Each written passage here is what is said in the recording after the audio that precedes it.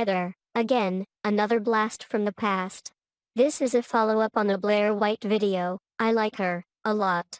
The subject is about the Muslim claim that Islam is a religion of peace.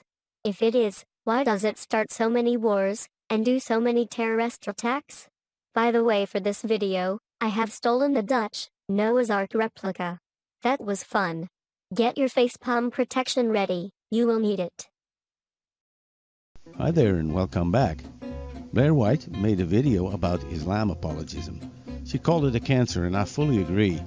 So I made this follow-up to add my part in this.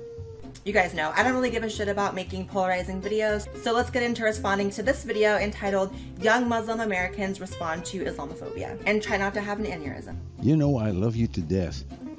Nah, you probably don't know that. But you are intelligent, outspoken, non-apologetic. But I think you could have been a little bit more aggressive. So let me put that part in, okay? Before September 11th, I really didn't have any conception of me being different. Sure, you felt like most of other people in the world live in a religious bubble.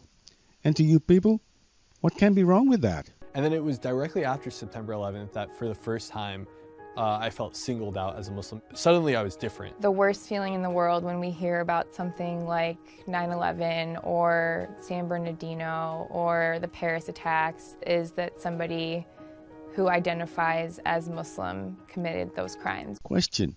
When hearing this, did it never enter your mind that if these people proclaim also to be Muslim, maybe there is something wrong with my religion? It's really telling of your priorities that in the moment that you learn about a terrorist attack, your main thought is, how it's going to look bad on your religion rather than the people who died. Anytime ISIS has had an attack, Muslims have to go on television, have to go to their neighbors, and they have to go to their schools and explain to everyone that ISIS does not represent Islam. They think they do. Look at the bullshit meter that appears like magic every time you bullshit. Is extremely frustrating that people think that there's a link between ISIS and the Muslim faith. Oh, look at that bullshit meter go. It is a radical group and they do not understand the faith and what it stands for. I heard that one. That's a popular excuse. Like the Ku Klux Klan and these guys just don't understand the Christian faith. See? It's the same. If you look at Islam in our text and our doctrine, Islam is a religion of peace. There's no violence, there's no imperialism.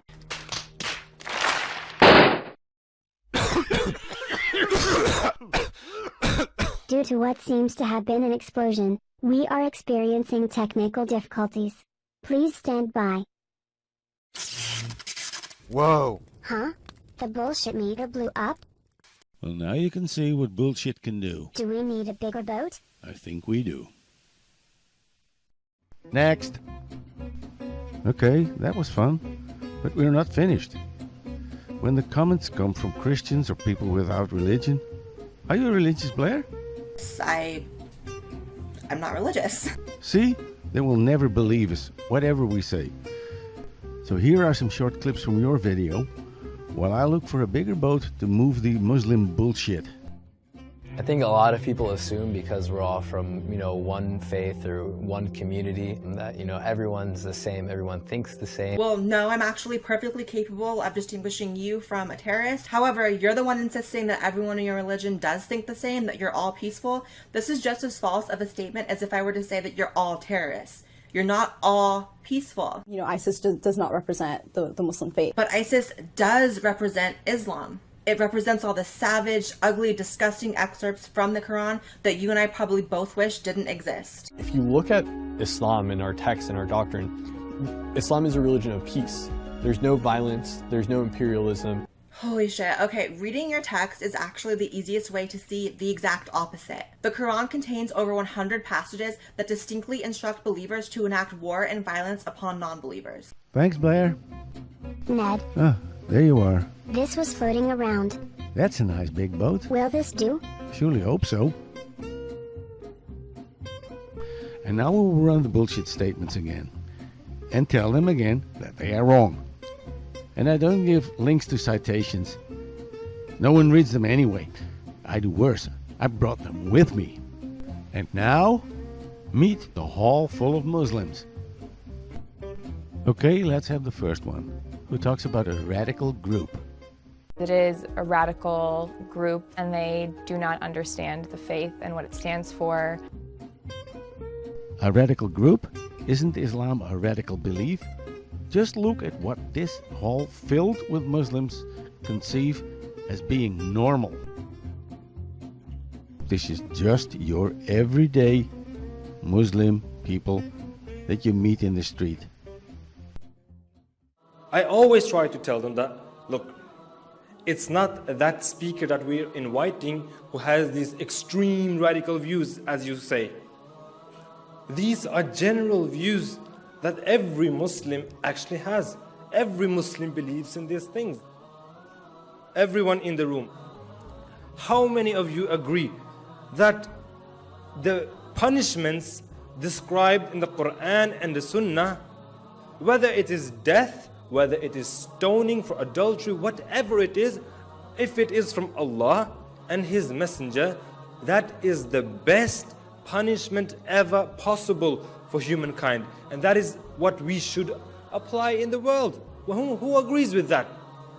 Are you all radical extremists? SubhanAllah.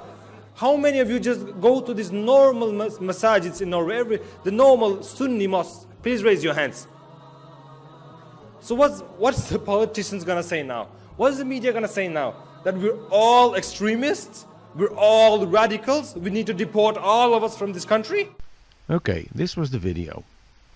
And now we will return to your statement. It is a radical group, and they do not understand the faith and what it stands for. This hall, filled with average Muslims, they think it's normal to impose their barbaric death penalties for having an affair, for loving someone of the same sex, for leaving your religion, for non-believers, etc. over the whole world. Looks pretty extremist to me. And now this.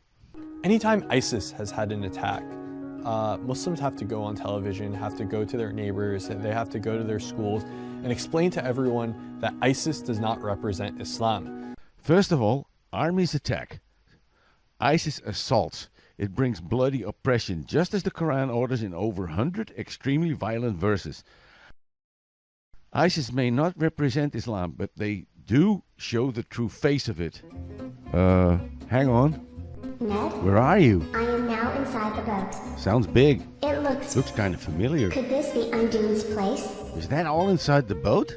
It looked abandoned when I found it. I think you better. Would he be angry that we've stolen his house? Get away from there, I won't take the risk. Before you know, he stands behind you.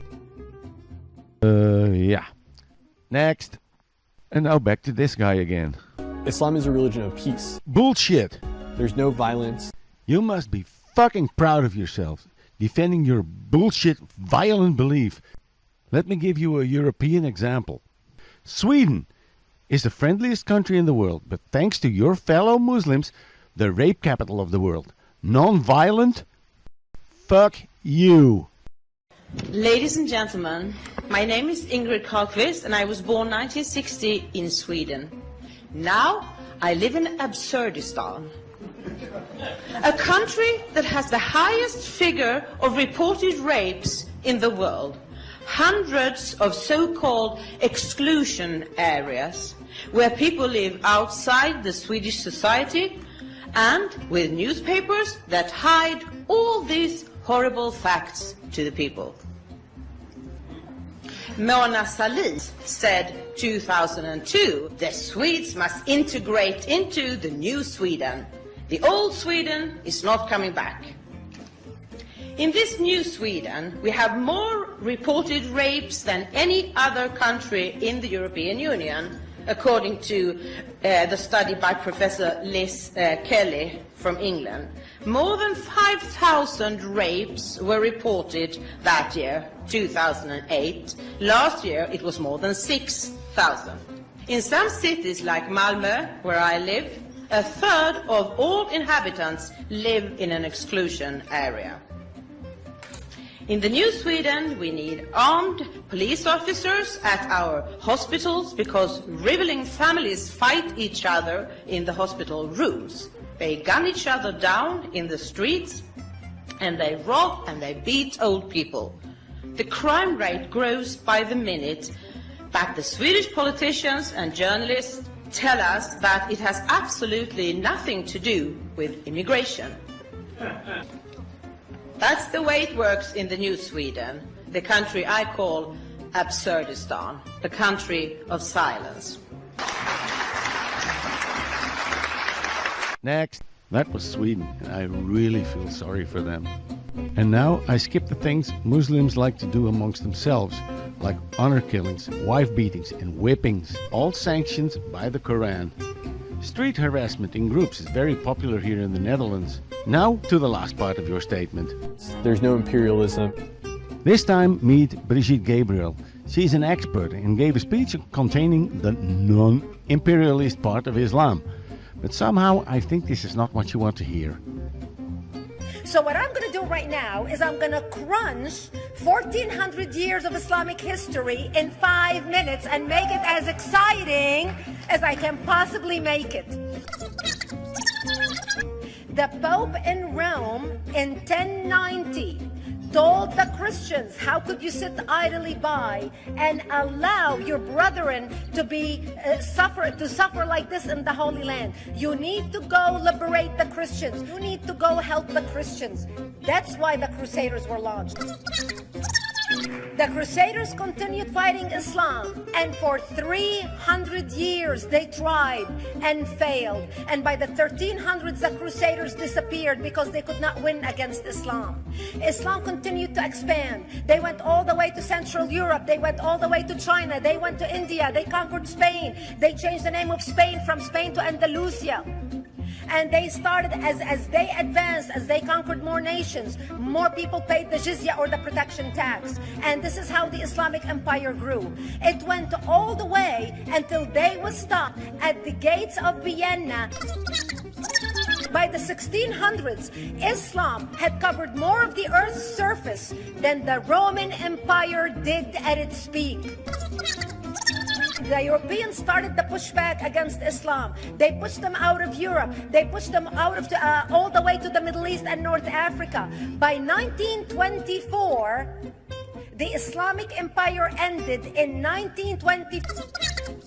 By the time the Islamic Empire or the Islamic Caliphate or the Islamic State ended in 1924, the Islamic Caliphate had existed for 1400 years, and it ended less than 100 years ago. By the time the Islamic Caliphate ended in 1924, 270 million people around the world were killed by Islam. 270 million. And we didn't have weapons of mass destruction, and there was nuclear weapons. All of these people were killed, butchered by the sword. Well, this sums it up. Now back to what you said. Islam is a religion of peace. There's no violence, there's no imperialism. Why don't you stop repeating this bullshit? It isn't true.